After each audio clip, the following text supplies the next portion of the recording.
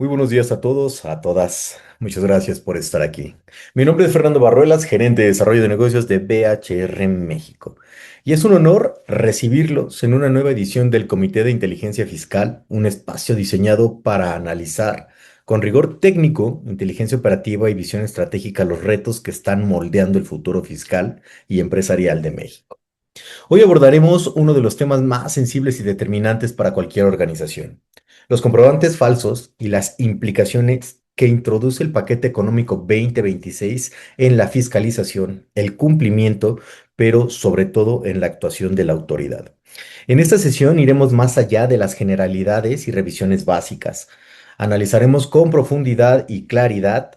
Punto número uno: ¿cómo se intensifica la fiscalización en torno a esquemas de comprobantes presuntamente inexistentes o simulados, y qué criterios detonarán revisiones mucho más agresivas? Los riesgos operativos, tributarios y electrónicos como el segundo punto, que enfrentan las empresas en un entorno con parámetros más estrictos, revisiones más inteligentes y cruces de información más sofisticados. Las nuevas líneas de actuación del SAT como el tercer punto, que está priorizando, cómo está revisando, qué señales observa y cuáles son los elementos que hoy generan auditorías profundas. Y sobre todo, qué medidas estratégicas, preventivas y de control deben implementar las organizaciones para blindarse, fortalecer su certidumbre y evitar contingencias que comprometan liquidez, reputación o continuidad operacional. Para este análisis contamos con dos especialistas de altísimo nivel, referentes dentro de BHR México y a nivel nacional, con una trayectoria consolidada en materia de fiscalización, defensa y cumplimiento tributario. Miguel Hernández Mora, director de certidumbre fiscal de BHR México, experto en estrategias de defensa, fiscalización y modelos integrales de control tributario, perdonen, con más de 15 años liderando proyectos de alto impacto. Miguel ha acompañado empresas nacionales y multinacionales en auditorías complejas, revisiones profundas del SAT y procesos de blindaje fiscal. Es responsable del diseño de modelos de evaluación de riesgo, criterios de certidumbre y rutas preventivas, que hoy son referencias dentro de la firma. A continuación, Diego Ramírez, gerente de impuestos, especialista en cumplimiento e interpretación de criterios vigentes y operación fiscal estratégica. Diego ha asesorado a compañías de alto volumen en análisis de operaciones sensibles, revisión electrónica y determinación de riesgos y optimización fiscal en entornos altamente regulados. Es una de las voces técnicas más precisas y profesionales y confiables dentro de la práctica tributaria de BHR México. Ambos desglosarán los elementos clave del paquete económico 2026, presentarán algunos casos y nos ofrecerán un panorama claro, objetivo y accionable para que las empresas puedan anticiparse y operar con mayor seguridad. Agradezco profundamente que estén conectados esta mañana. La información que revisaremos hoy será crucial para la planeación fiscal, el control interno y la toma de decisiones estratégicas de los próximos años. Con esto damos inicio. Miguel, Diego, adelante y bienvenidos. Muchas gracias, Fer. Muchas gracias y buen día a todos los que nos acompañan a este que es el último SIF del año, y quisimos compartirles un poquito algo que nos preocupa, ¿no? Esta delimitación de lo que se considera o se considerará a partir del 2026 como comprobantes falsos. Y esto derivado de la reforma al Código Fiscal que se incluyó dentro del paquete económico de 2026. Durante toda esta sesión estaremos platicando todas las armonizaciones que se hicieron a las disposiciones fiscales para este tema, y también estaremos dando nuestros puntos de vista de qué es lo que tienen que cuidar todas las empresas. Al final del día, recordemos que lo fiscal es consecuencia de toda la operación, pero lo fiscal también es algo bastante relevante, porque de ahí es que en algunos casos nos comparten que muchas situaciones en cuanto a revisiones, multas, etcétera, las tiene que atender el Departamento de Impuestos, cuando es toda la organización la que debería de estar involucrada en estos temas, ¿no? También les compartiremos un poquito de cómo vemos la perspectiva de la fiscalización a partir del siguiente ejercicio, y sobre todo si esta reforma la autoridad la pudiese considerar como retroactiva. Les voy a compartir ahorita mi pantalla para ver nuestra presentación y estaremos hablando y de lo que estaremos hablando. Cualquier momento, nuestras líneas de comunicación están abiertas. Tenemos el chat de preguntas y respuestas con la finalidad de que cualquier comentario, cualquier duda, nos las hagan saber vía esta este sistema de preguntas y respuestas y nosotros al final de la sesión estaremos compartiendo cuáles son nuestro pensamiento y nuestras consideraciones al respecto. También recuerden que tenemos nuestras otras líneas de comunicación a través de redes sociales y nuestro correo que es dn@bhrmx.com. En caso de que requieran que alguna duda en particular la retomemos con un análisis más amplio. Entonces, sin más preámbulos y nuevamente agradeciendo su asistencia a este Comité de Inteligencia Fiscal, damos inicio a esta sesión. Y aquí me gustaría empezar con por qué el tema de los comprobantes fiscales falsos. ¿De dónde viene este tema que se tuvo que armonizar en materia fiscal? Recordemos que a finales de 2023, se generó allí una reforma a la Constitución Política de los Estados Unidos Mexicanos, particularmente en el artículo 19, que hablaba de la prisión preventiva oficiosa. Y nos daba como preámbulo que se considera eh, que se puede realizar la prisión preventiva oficiosa en varios delitos de materia fiscal. Entre ellos hablaban mucho del contrabando y sobre todo algo que decían y no era tan simple de entender o decíamos o que algunas veces decíamos es que es muy sencillo porque hablaba de falsos comprobantes, ¿no? Cualquier actividad relacionada con falsos comprobantes.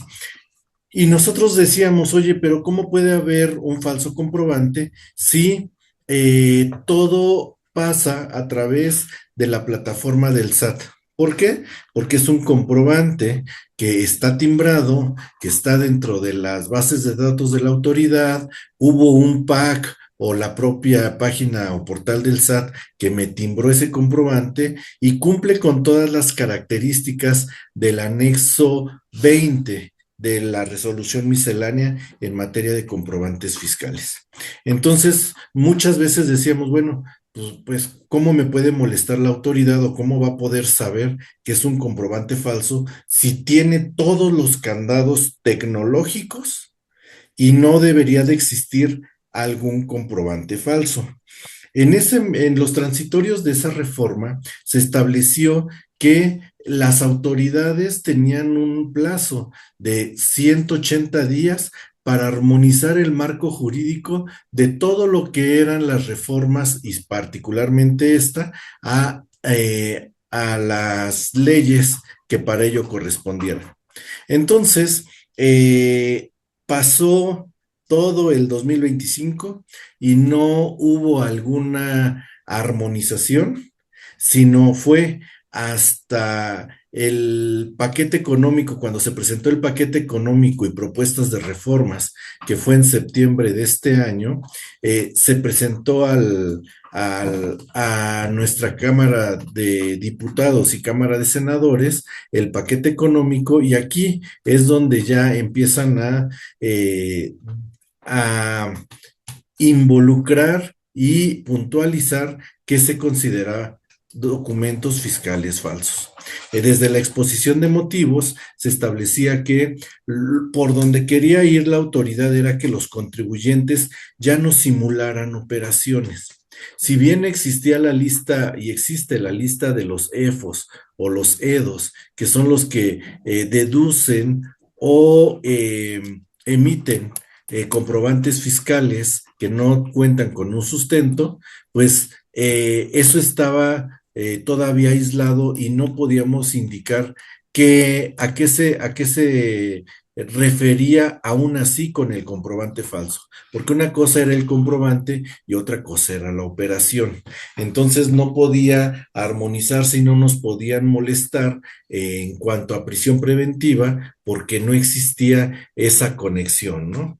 Entonces, al final del día, vienen estas reformas a partir de lo que fue las exposiciones de motivo eh, de las reformas al Código Fiscal, donde establecen, oye, es que un comprobante falso es aquel que no tenga una sustancia o que no corresponda o no tenga detrás de ello operaciones existentes, verdaderas o actos jurídicos reales. Entonces, modifican esta parte del Código Fiscal, particularmente en la fracción 9 del artículo 29A, donde te dice que los comprobantes, entre otros requisitos, deberán amparar operaciones existentes, verdaderas o actos jurídicos reales. Y allí mismo en el segundo párrafo te establece que aquellos comprobantes que no cumplan con este requisito se considerarán falsos. Entonces, ese es el primer punto donde comienzan a armonizar las diferentes disposiciones en esta materia. Entonces, ya viene por constitución. Ahora ya se reforma el Código Fiscal en este artículo particularmente y ya nos entrega una definición de lo que se considera comprobante fiscal falso, ¿no? Y es muy particular porque esto es lo que ha ayudado a la autoridad a fiscalizar, porque antes decíamos necesitamos la materialidad, ¿no, Diego? Sí, como lo mencionas, antes se perseguía al contribuyente por temas de 69 y 69B, por el tema de lo que mencionabas, de las operaciones inexistentes o simuladas. Y bueno, pues ahora sí, ya lo que está estableciendo es estipularlo en el ordenamiento directamente para establecer para ellos qué podrán presumir como un comprobante falso. Entonces, bueno, pues esta reforma al código ya es parte de esa armonización que comentabas en un inicio. Y bueno, sí, sí, Miguel. Sí, no, y todo lo que se tuvo que reformar, ¿no, Diego? Sí, hubieron diferentes reformas a distintos artículos y bueno, el principal fue el 19 constitucional. De ahí se fue a Código Fiscal a reformar el 29A, que el 29A propiamente habla o establece los requisitos de los comprobantes fiscales, el 29A bis, el 17H, el 27, el 42, 49B, el 113 bis y 115, que más adelante vamos a ir desarrollando conforme avancemos en la presentación. Sí, justo. Entonces, como pueden ver, ahora sí lo que hizo el legislador fue a- armonizar todas las disposiciones, ya amarró todos los artículos que tenía que modificar con la finalidad de que después no hubiera un tema de alguna posible laguna o que no estuviera claro a qué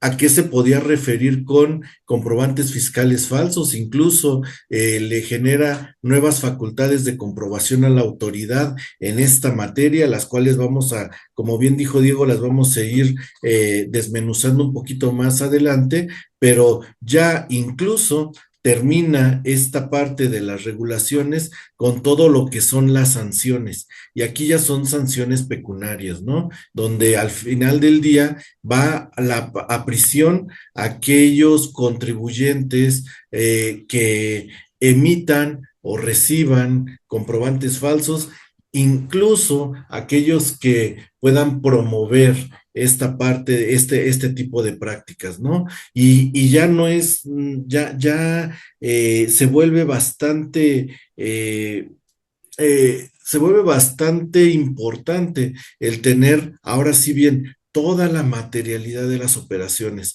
porque en algunos foros nos han preguntado, oye, ¿y cómo sabrán que es un comprobante falso? ¿Cómo sabrán que mi operación es inexistente?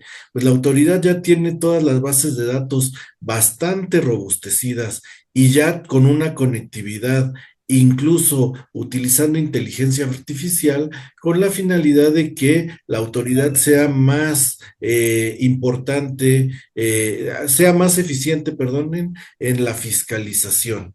Entonces, vamos a ir desmenuzando poco a poquito este tipo de ordenamientos y comenzamos con los códigos, con los sellos digitales, ¿no, Diego?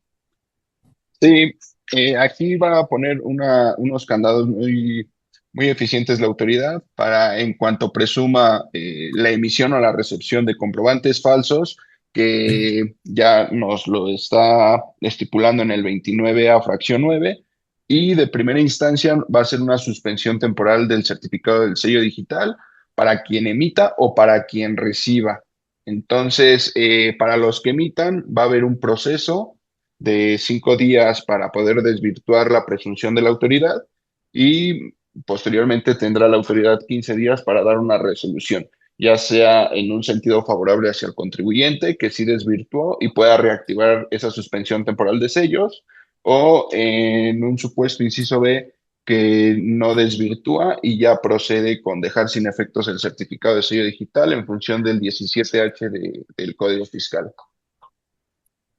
Sí, y en caso de la restricción temporal de sellos, lo que las disposiciones establecen es que cuando las autoridades fiscales detecten que los contribuyentes recibieron, porque el primero fue aquellos que sean emisores, ¿no? Posteriormente viene él, oye, pues yo no emito comprobantes falsos, sí, pero recibiste y la autoridad se está percatando de que tuviste una operación falsa a través de un falso comprobante. Y ya una vez que se dé cuenta la autoridad y que no se corrigió su situación fiscal dentro de un plazo legal, que ahorita lo estaremos analizando,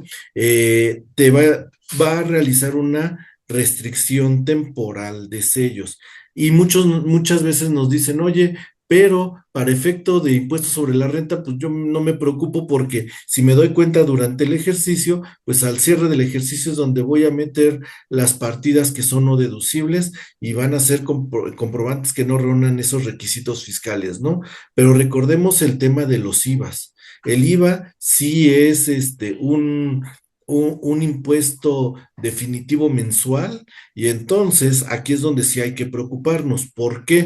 Porque si le di un efecto fiscal a un comprobante falso, resulta que mi IVA no va a ser acreditable. Y si solicité una devolución de saldo a favor, pues peor, porque las autoridades ya nos van a tener focalizados y nos van a empezar a generar o van a emitir sus facultades de comprobación o nos van a dilatar y nos van a cuestionar más de estas transacciones para la devolución de este impuesto, ¿no? Que es lo relevante que hay que estar revisando. ¿Por qué? Porque una vez, como comentó Diego, hubo un contribuyente que no desvirtuó, que emitía comprobantes fiscales falsos, todos aquellos comprobantes que este contribuyente haya emitido quedan sin efectos. Y ese sin efectos, ¿qué quiere decir? Que a todos los terceros que le hayan emitido comprobantes van a ser no deducibles si su IVA fue no acreditable.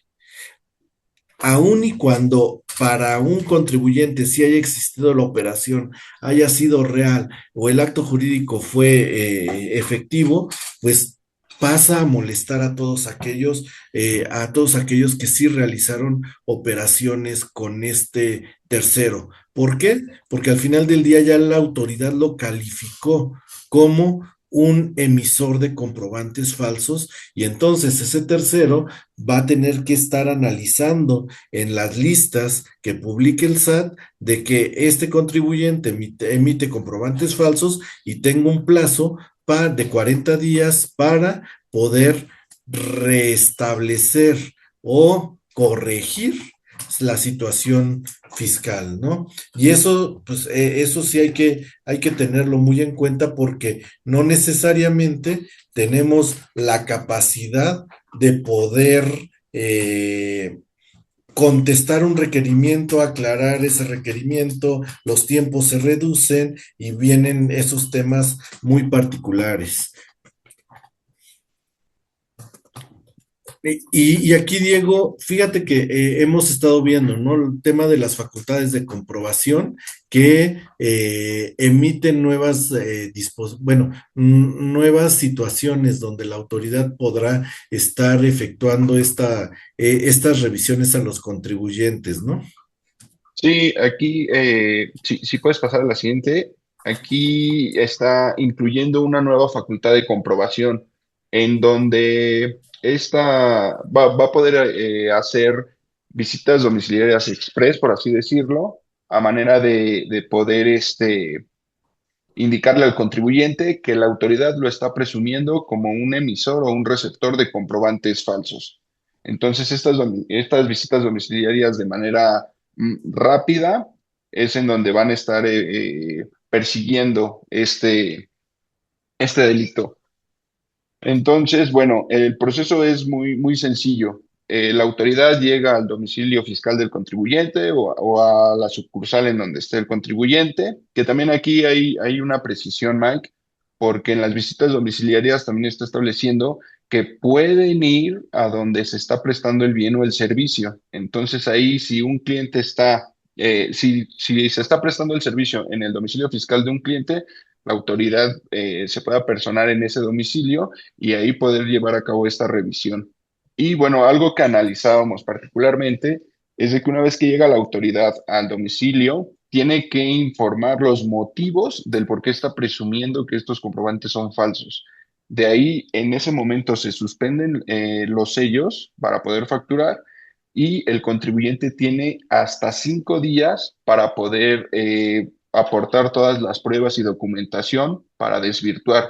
Y después de ahí la autoridad tiene 15 días. Y un análisis muy importante que hicimos esta semana es de que al hablar de 20 días hábiles, estamos determinando que prácticamente es un mes calendario en donde se está parando la operación ah, sin haber reactivado los sellos. Entonces, pues una empresa que no esté emitiendo las facturas, pues realmente sí es un gran golpe financiero y que parte de la operación, ¿no, Miguel?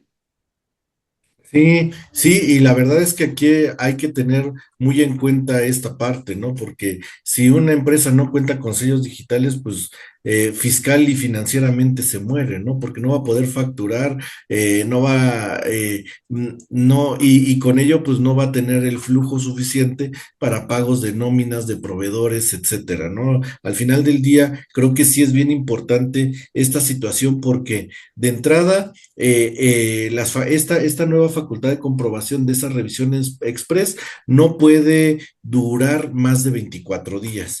Y vamos ahorita viendo esta parte, ¿no? Una vez que ya tenemos la orden y se realiza la suspensión de los sellos, que como bien dices aquí, Diego, puede ser en el domicilio fiscal, puede ser en el domicilio de alguna sucursal o establecimiento, o puede ser donde esté prestando el servicio. Y aquí lo que hemos platicado con los abogados, oye, pues aquí hay un tema de inconstitucionalidad, porque si yo presto el servicio con un cliente y llega la autoridad a molestar a ese cliente porque yo ahí estoy prestando el servicio, constitucionalmente hay una máxima que nadie puede ser molestado en su domicilio, salvo que se tenga un ordenamiento judicial, ¿no? Entonces, oye, pues la afectación no es para el cliente, es para mí, que a mí me van a revisar, pero están molestándolo en el domicilio de mi cliente. Entonces, aquí es donde sí podemos ver que la autoridad se puede estar extralimitando y vamos a ver cómo estaría fundamentado que pueda molestar en el domicilio del cliente a por revisar a esta empresa, ¿no? De ahí es donde empezamos a ver algunas situaciones bastante complejas, bastante sin razón a lo mejor, sin razón en materia jurídica, ¿no? Por esa máxima que tenemos. Entonces llega la orden de visita, tienes esos 5 días para las pruebas, tienes la resolución en 15 días y la autoridad va a publicar si desvirtuaste o no desvirtuaste. Si no desvirtuaste, entonces ya te considerará un contribuyente que emite comprobantes falsos, dará sin efecto todos los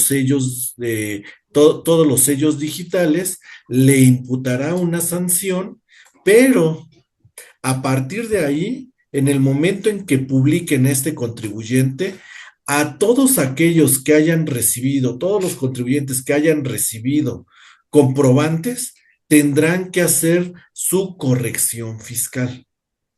Y aquí ya no está como esta parte donde decían, oye, apareciste como EFO o como EDO, estás en el 69, 69B, tengo un derecho de audiencia para decirle a la autoridad, oye, es que conmigo esa operación sí fue real, existió, este fue mi entregable, todo lo que se tenga que hacer. Aquí ya no se puede hacer nada. ¿Por qué? Porque ya la autoridad calificó a este contribuyente como emisor de comprobantes falsos. Allí es donde viene el problema porque pues yo no sé a qué proveedores esté revisando, cuáles de mis proveedores esté revisando el SAT y si va a haber una afectación, ¿no? Entonces, lo que siempre hemos dicho, a ver, vamos a tener que robustecer nuestros procesos, procedimientos, incluso desde el punto de vista tecnológico tendríamos que implementar algo para que esté monitoreando constantemente si existe una publicación de un contribuyente que emite comprobantes falsos, para entonces yo estar haciendo lo que para mí me corresponde. ¿Por qué? ¿Por qué de manera tecnológica? Porque no vamos a contratar a una persona que diario se dedique solo a analizar si se publicó a alguien en estas listas y me vaya a avisar, ¿no? Ya tenemos que hacer, esto tiene que ser de manera automatizada, con la finalidad de poder mitigar cualquier tipo de riesgo. Y eso es lo interesante, ¿no, Diego? Y también en lo que reformó del 113 bis, ahí ya nos establece cuáles van a ser las penas. Y nos está estableciendo que van a ser de 2 a 9 años de prisión para quien expide, enajene y compre los comprobantes falsos. Y también en otro apartado nos está mencionando que este delito se va a perseguir en materia penal, independiente del proceso administrativo en el que se encuentre el contribuyente. Por esta misma razón, se va a caminar en paralelo por la vía penal. Entonces, pues ahí ya está ganando más fuerza la autoridad para este ejercicio que va a llevar a cabo, porque ya lo está caminando por varios frentes, por el administrativo y por el penal. Y bueno, creo que es pertinente Y, mencionar el tema de que también, pues ya con el judicial ya está cerrando filas, que aunque al día de hoy no lo sabemos, pues sí podemos sospechar cuál va a ser la postura del Poder Judicial.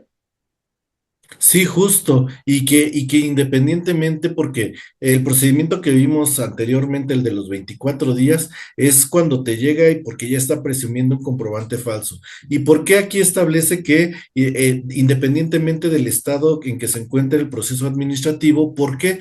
Porque en algunas ocasiones la autoridad va a ejercer sus facultades naturales de comprobación.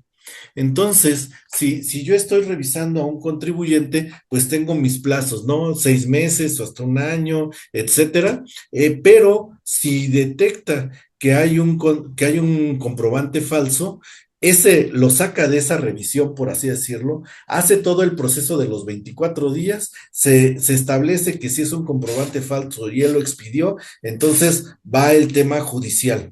Y la revisión de todo vamos a poner el ejemplo, de todo lo que es el impuesto sobre la renta anual, pues ese va a seguir su curso, van a seguir revisando, pero por otra parte, esto que ya se hizo una revisión express y ya lo calificó como un delito, pues eso ya es penal y ahí ya lo que hemos establecido, ¿no? Oye, pues ya necesitamos, sí, abogados fiscalistas, abogados penalistas, pero abogados penalistas que conozcan lo fiscal y fiscalistas que conozcan lo penal. Entonces, ya pareciera que pues vamos a tener que estar blindados con otro tipo de profesionistas, ¿no? Incluso la propia autoridad en esta reforma, Diego, siempre va a decir, te establece, oye, la ejecución de este delito, ¿cuál delito? El de comprobantes falsos, da lugar a la causación de un daño material y tendrá que ser objeto de reparación. Y, sí, y hemos platicado con los abogados, ¿no? Oye, ¿por qué me qué tipo de reparación va a ser? ¿Por qué? Porque si yo omití una contribución, ¿cómo resarzo ese daño a la hacienda pública? A través de las multas, las actualizaciones y los recargos. Con eso yo estoy reparando el daño que le hice. Entonces, ¿por qué me pone la autoridad este articulado, esta parte de este párrafo? ¿Por qué más me va a solicitar?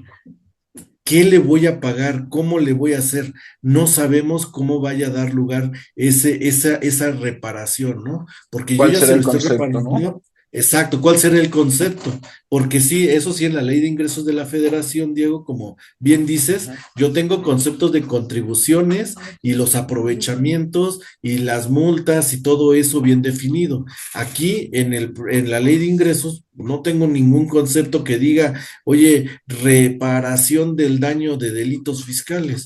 ¿Cómo lo va a catalogar la autoridad? Eso creo que es lo relevante, ¿no? Y también se establece en este artículo que aquellos contribuyentes que permitan la publicación de anuncios para la adquisición o enajenación de comprobantes falsos, pues van a tener las mismas penas, ¿no? O sea, se van a estar de 2 a 4 años, ¿cuántos son? De 3 a 6 De años. 2 a 9 años, de 2 a 9 años de prisión. Y continuando un poquito con esta parte de los delitos fiscales, hay otra sanción, ¿no? Que esa es la de 3 a 6 años de prisión a quien a sabiendas declare hechos o datos falsos o presente documentación falsa o alterada. Oye, aquí la primera es el comprobante falso y aquí oye, yo estoy declarando bajo protesta de decir verdad que las transacciones que yo hice están completamente documentadas y eso pues, a través de qué? De la firma de la declaración anual. Y resulta que allí hubo un tema de documentación falsa. ¿Cuál documentación falsa? El comprobante falso, pues entonces ya se agrava, ¿no? Ya es de 3 a 6 años. Y van a decir, es que es lo mismo. No, no es lo mismo. Porque aquí yo sé y estoy declarando hechos, datos con información falsa. Entonces, eso ¿dónde puede aparecer? Lo primero es, pues yo recibí y yo le di un efecto en mi IVA acreditable o y hasta ahí se queda porque ahí ya me calificó que es un comprobante falso. Pero si yo a sabiendas de que este contribuyente ya está catalogado con comprobantes falsos y yo ya lo sé, y así presento mi declaración es una declaración jurada, siempre va declarando bajo protesta de decir verdad que la información es real. Entonces, oye, pues tú te estás aprovechando de ello y esta es la sanción, ¿no? Lo mismo, se investigará y perseguirá independientemente de que haya un proceso administrativo adicional, ¿no?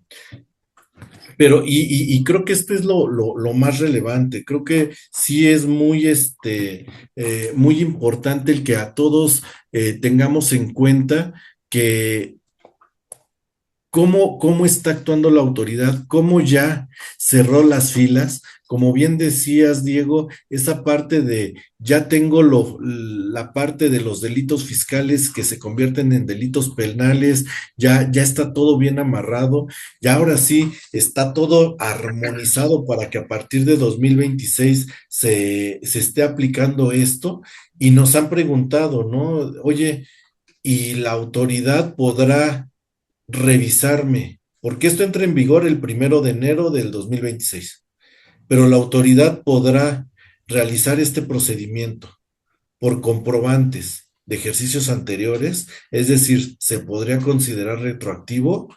Y aquí decíamos, Diego, que parecía que lo iba a hacer como en el 69B, ¿no? Sí, que actuó de manera, pues, a sus intereses, alineó sus intereses, y sí, en esas fechas sí procedió a hacer revisiones anteriores a cuando entró en vigor, y pues nosotros presumimos que también, a pesar de que esto va a entrar en vigor el 1 de enero en adelante van a empezar a ver estas visitas, pero seguramente va a ser sujeto de revisión, ejercicios anteriores, porque ahí pues también ellos se van a argumentar si tuviste alguna pérdida que amortizaste, si tuviste algún saldo a favor que estás acreditando o compensando, la autoridad tiene la facultad de ir a estos ejercicios y traer requerir esa información. Pero sí, eso es algo que creo que sí va a suceder, que va a estar revisando ejercicios anteriores. Y bueno, ya pasando a Sí, esta parte de las recomendaciones, no sé qué comentarios tienes, Marco. pues mira, creo que nosotros como parte de los departamentos de impuestos, creo que tenemos mucha tarea por hacer y no es tarea fiscal siquiera. Creo que tenemos que prevenir primero, tenemos que ser preventivos y no reactivos. ¿Y cómo ser preventivos desde una instancia? Oye, de entrada, el saber si dentro de nuestra organización alguien pudiese tener la habilidad o incorporar información de, oye, yo compré una factura, pues de entrada hay que robustecer ese tema de los controles, como decíamos al inicio. Pero además de eso, creo que tenemos que concientizar a todas las áreas. ¿Y a qué me refiero con todas esas áreas? Al área de cuentas por pagar, porque ellos son los que de entrada son el primer filtro para identificar a los proveedores y para incluso indicar si la transacción se llevó a cabo o no. ¿Por qué? Porque ya sabemos que hay muchos procesos o procedimientos que tienen nuestros clientes donde decimos, ah, mira, hay una solicitud de 3 cotizaciones. Ah, bueno, ya elegí la cotización y entonces hay una orden de compra.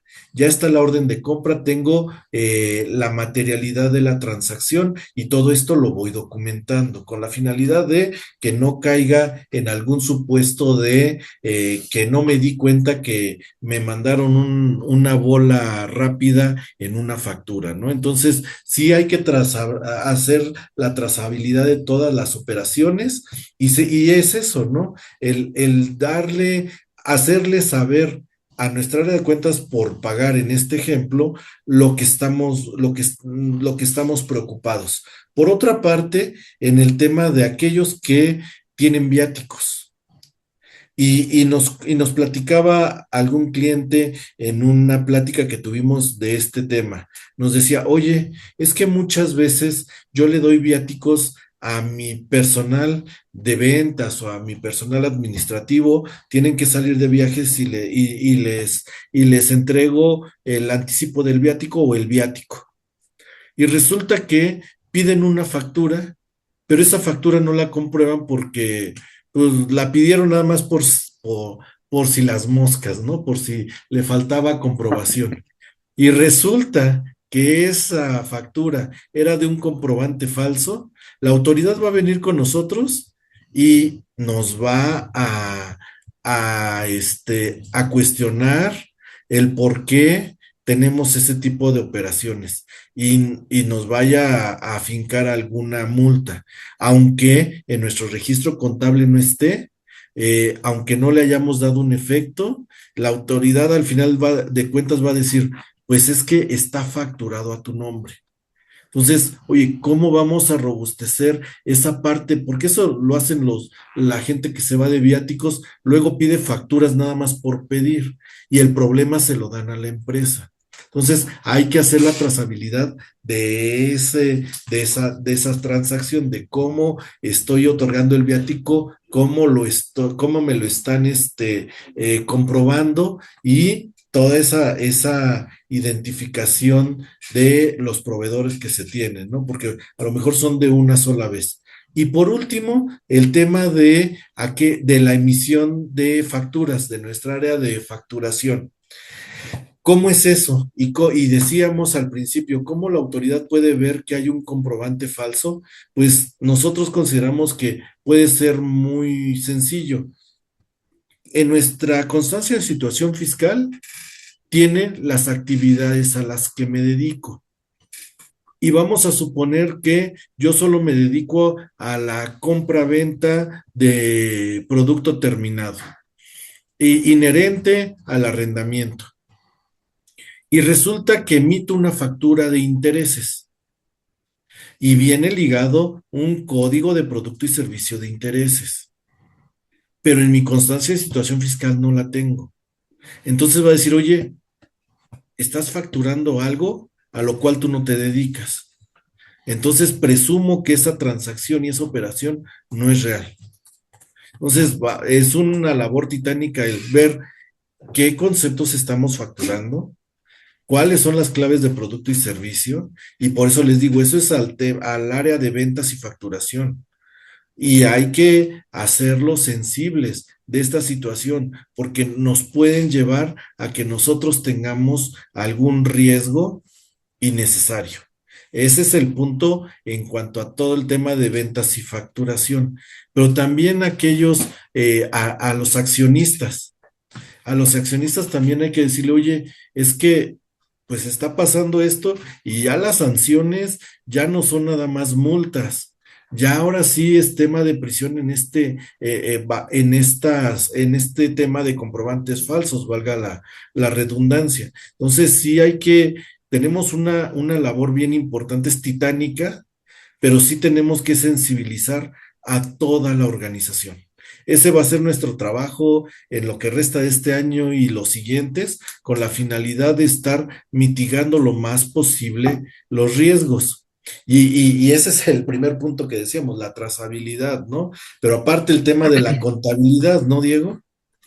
Sí, aquí me gustaría poner sobre la mesa también un punto muy importante antes de mencionar el tema de la contabilidad, que va a ser a partir del 1 de enero, cuando se lleven a cabo estas visitas express, ahí hay que tener especial cuidado en ir documentando cuáles son los elementos con los que la autoridad está armando estos argumentos de presumir que se emitieron comprobantes falsos, porque al día de hoy no sabemos cuáles van a ser esos elementos. No sabemos si, como lo mencionabas, va a ser un tema de eh, código de producto o servicio contra la actividad económica que tiene en su constancia fiscal. No sabemos si a lo mejor su presunción va a ir por un tema de importes. No sabemos si va a ser un tema de la fecha en la que se emitió ese comprobante, que a lo mejor los últimos 4 días de diciembre ya recibiste 4 o 5 facturas por un importe considerable. Entonces sí hay que ir haciendo ese análisis, pero ahorita pues sí es el tema de la prevención, lo que mencionabas de la trazabilidad, el tema de la contabilidad, creo que eso es muy importante porque también la autoridad ya conoce esta información. Cada que subimos nuestras balanzas de contabilidad electrónica, la autoridad las desdobla en un formato que sea visible para ellos y va analizando cuáles son nuestras operaciones. Entonces, prácticamente la autoridad al día de hoy ya conoce un 99% de todas mis operaciones y de cómo tendría que llevar a cabo mi declaración anual. Por tema de las balanzas de contabilidad electrónica ya puede tener el tema del ajuste, el tema de los ingresos, el tema de los gastos y con el amarre de los XML. Entonces creo que el tema de la contabilidad pues va a ser la base. Todo el tema fiscal siempre parte de una base contable. Y también Correcto. aquí me gustaría agregar el tema de el efecto fiscal. Si se le está dando efecto fiscal a estos comprobantes, porque ese detalle solo lo tenemos en papeles de trabajo. Entonces va a ser un tema en donde la autoridad me presuma por cualquier situación y yo tenga que desvirtuar vía papeles de trabajo de cómo es que integré estas deducciones. Porque lo que mencionabas con mucha precisión es, con que me emitan un comprobante a mí, sin saber si le di efecto o no, la autoridad va a venir porque yo fui el receptor de ese comprobante. Entonces ya de ahí va a ser indiscriminado el hecho de que, pum, a todos, ¿cuántos contribuyentes van a estar parados un mes en sus operaciones, no? Sí, y la verdad es que eso es lo preocupante. Y como viene en el siguiente punto, ¿no? Ya hasta parece que va a ser un terrorismo hacia el contribuyente porque vamos a estar a expensas de ¿y qué me va a objetar la autoridad? Y lo que le entrego será suficiente, ¿qué es suficiente para la autoridad y que me pueda calificar que sí estoy haciendo operaciones reales? O sea, ya es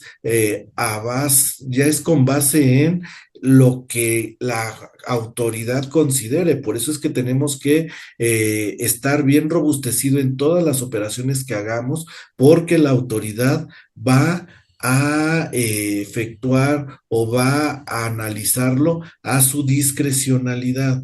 Puede ser que discrimine o no algunas transacciones, pero al final del día, eso es lo relevante, cómo nosotros podemos soportar lo más que podamos esta parte. Oye, ¿Y por qué? y ahí, Adelante, Miguel, amigo. pues prácticamente la autoridad ya nos está haciendo dudar hasta de lo que sabemos que hacemos, ¿no? Ya no estamos seguros Correcto. si lo que estamos haciendo es real o es falso. ¿Por qué? Porque pues ya no sabemos cómo vamos a soportar que nuestras operaciones reales están sucediendo. La autoridad ya nos está llevando a dudar hasta de nosotros mismos. Así es. Y luego es cómo tratar de evitar que nos vayamos a un pleito, ¿no? Porque, oye, todo hay que resolverlo con la autoridad y si nos vamos a ir a pleito, pues sabemos que el nuevo poder judicial, la verdad es que eh, me cuesta mucho trabajo entender cómo van a actuar y más por lo que pues, fue muy mediático en estos días, ¿no? Donde a FEMSA tenía un juicio cerrado y votado por 8 ministros cuando se cerró el caso porque no le aplicaba, y una magistrada, Lenia Batres, dijo, oye, pues creo que ahí nos debe y voy a revivir el caso. Oye, pues ya era una cosa juzgada, ¿no? Entonces hay que analizar qué tanto nos vamos a querer pelear con la autoridad con base en esta directriz o en esta línea que pueda que tengan los jueces. Sí ahora sí que hay que pensarla, más de 2 veces el me voy a juicio o no me voy a juicio, ¿no? Y si me voy a juicio, oye, hay que tener en consideración que si es un crédito fiscal, pues tengo que garantizarlo, y se reformó esa parte de la garantía del interés fiscal donde nos da por orden cómo vamos a garantizar un crédito fiscal. Y el primer punto es a través de un cheque de depósito que lo compra el Banco del Bienestar. Entonces, aquí decimos, oye, pues mejor pago el crédito fiscal, me peleo y ya después que me lo regrese la autoridad, porque si compro el billete en el Banco del Bienestar, pues le estoy pagando la contribución a la autoridad. Pues es un banco del gobierno, entonces, oye, ¿cuál garantía, no? Y esa parte de las suspensiones que, pues, hoy en día hay que ver cómo los jueces van a dictarlas y si van a suspender o no van a suspender la actuación, ¿no? De un embargo que ya lo vemos cada vez más complicado, y yo creo que sí es bien importante por eso decíamos, el que haya una prevención, el que veamos cómo podemos evitar llegar a pelearnos con la autoridad. Al final del día es todo esto de manera integral. con esto vamos a ir, cerramos esta parte de la conversación, de la plática. Como siempre estamos a sus órdenes y ahorita vamos a pasar a a la sesión de preguntas y respuestas con la finalidad de si hay alguien que solicite participar de manera, de manera en tiempo real, les podemos abrir el micrófono a quien así lo solicite, mientras aquí vemos que hay dos preguntas. Dice la Claro que primera sí. Margarita Enríquez. Nos dice, entiendo que a partir de esta situación, la autoridad podría presumir que somos EFOS o EDOS y que en consecuencia tenemos que la carga de comprobar la materialidad de las operaciones. En estos casos, se vuelve especialmente importante contar con fecha cierta en los contratos. Híjole, ese es un tema que sí, yo creo que después tendríamos que platicar, yo creo que el siguiente año, el tema de la fecha cierta, porque tienes mucha razón, Margarita, ese tema de los contratos es muy relevante. Y luego, y siguiendo, ¿no? Así como la evidencia adicional, fotografías u otros medios de soporte, sí, que al final del día sabemos que una de las reformas también es que, pues ahora, en una revisión la autoridad, si puede estar grabando, puede estar tomando fotografías de esa revisión y lo va a tomar como, como prueba, ¿no? Imagínense aquel que diga, oye, ¿sabes qué? Vengo a revisar a tal contribuyente. No, pues yo ni los conozco y lo grabaron porque pues, tiene la autorización, ¿no? Oye, pues le suspendo en ese momento los sellos. Dice, ¿es válida para la materialidad? Sí. Y defenderse ante la autoridad. Híjole, este, sí, o sea, el tema de los medios electrónicos sí es un tema, pero lo que sí hemos visto en la práctica es que el tema de evidencia fotográfica, hay algunos contribuyentes que les han pedido fotografías para la materialidad y la autoridad ha dicho, no es suficiente la fotografía, necesito casi que un notario público certifique que se dio el evento. Entonces, sí va a haber mucha discrecionalidad, no es tan sencillo, pero por eso tenemos que ir viendo cómo robustecer.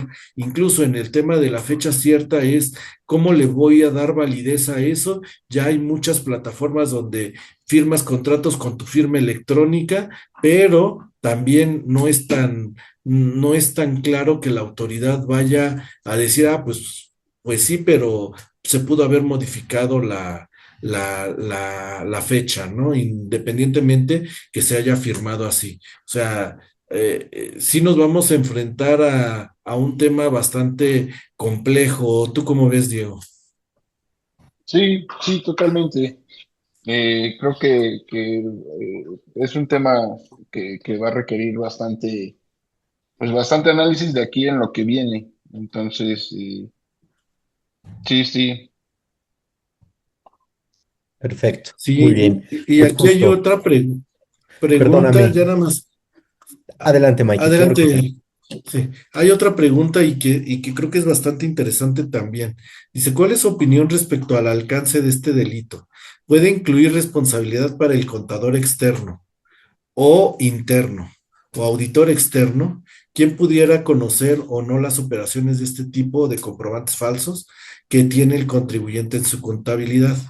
Mira, en el tema del auditor externo, recordarán que cuando se hizo la reforma al código donde se volvió obligatorio el dictamen fiscal, se hacía la aseveración que el contador público tenía que aseverar si existía algún delito de materia fiscal o aduanera, que después lo tuvieron que reformar. ¿Por qué? Porque pues el contador público inscrito que dictaminaba, pues no sabía de temas penales o de temas de delitos. Entonces, él puede que no tenga alguna responsabilidad. Para el contador externo o interno es quién tiene el filtro de los registros contables, quién les da los efectos. Entonces, ahí tendríamos que ver, más allá de un beneficiario controlador, que es al final el que se beneficia de la empresa, es quiénes están llevando a cabo el registro de las transacciones y quién le está dando un efecto fiscal a esas transacciones. Por eso establecía que quien a sabiendas se le dé un efecto fiscal a un comprobante, tiene un efecto de pecuniario, o sea, el tema de responsabilidad penal. O sea, sí, eso sí te tiene que también ver con mucha lupa, porque no por ser el representante legal el que firma la declaración, pues va a ser el responsable, ¿no? Aquí habría que ver quiénes les están dando el efecto. En una persona moral, recuerden, la persona moral no se va a la cárcel, pero sí tiene o representantes o aquellos quienes identifiquen que hacen esas transacciones. Y eso es un tema ya más legal. Justo, justo como lo menciona Diego y nuestro director Miguel. Y también estamos llegando ya a la parte final, el cierre de esta sesión de este Comité de Inteligencia Fiscal. La información que hemos estado revisando hoy, que son criterios, riesgos y tendencias de fiscalización y líneas, pues de actuación de la autoridad, obvio, serán clave para la planeación y el cumplimiento de los próximos meses. Y como siempre, el objetivo es que ustedes cuenten con claridad, anticipación y herramientas prácticas para fortalecer la certidumbre dentro de sus organizaciones. Quiero comentarles que la presentación completa de este webinar, junto con material adicional y los próximos contenidos del comité, ya están disponibles en nuestro canal oficial de WhatsApp. El enlace lo encontrarán en el chat para que puedan ingresar y descargarlo directamente. Justo es una pues breve introducción para poder estar justo en contacto y todavía mucho más cercanos. Así que pues vamos a la parte de cierre, vamos a la parte final. Miguel, Diego, adelante. Sí, pues nuevamente para agradecerles esta participación en los 11 webinars, aquellos que estuvieron mes con mes con nosotros. A todos les agradecemos que hayan participado con nosotros. Nos vemos el siguiente año en una nueva etapa del Comité de Inteligencia Fiscal. Nos vamos a llevar tarea de algunos temas que hemos visto que son de bastante interés, y al final del día, pues como siempre les hemos dicho, este espacio es para ustedes y de ustedes. Y si ustedes consideran que necesitamos abordar un tema en específico, a través de nuestros canales o nuestro correo electrónico de dn@bhrmx.com, podemos ir abordándolo. ¿Para qué? Para estudiarlo, para darle nuestros comentarios, nuestra perspectiva, y sin más, agradecerles todo este tiempo. Y como siempre lo ha dicho nuestro gerente de desarrollo de negocios, estamos a un WhatsApp de distancia, y cualquier comentario, cualquier duda adicional dentro de nuestros canales oficiales. Muchísimas gracias, Diego.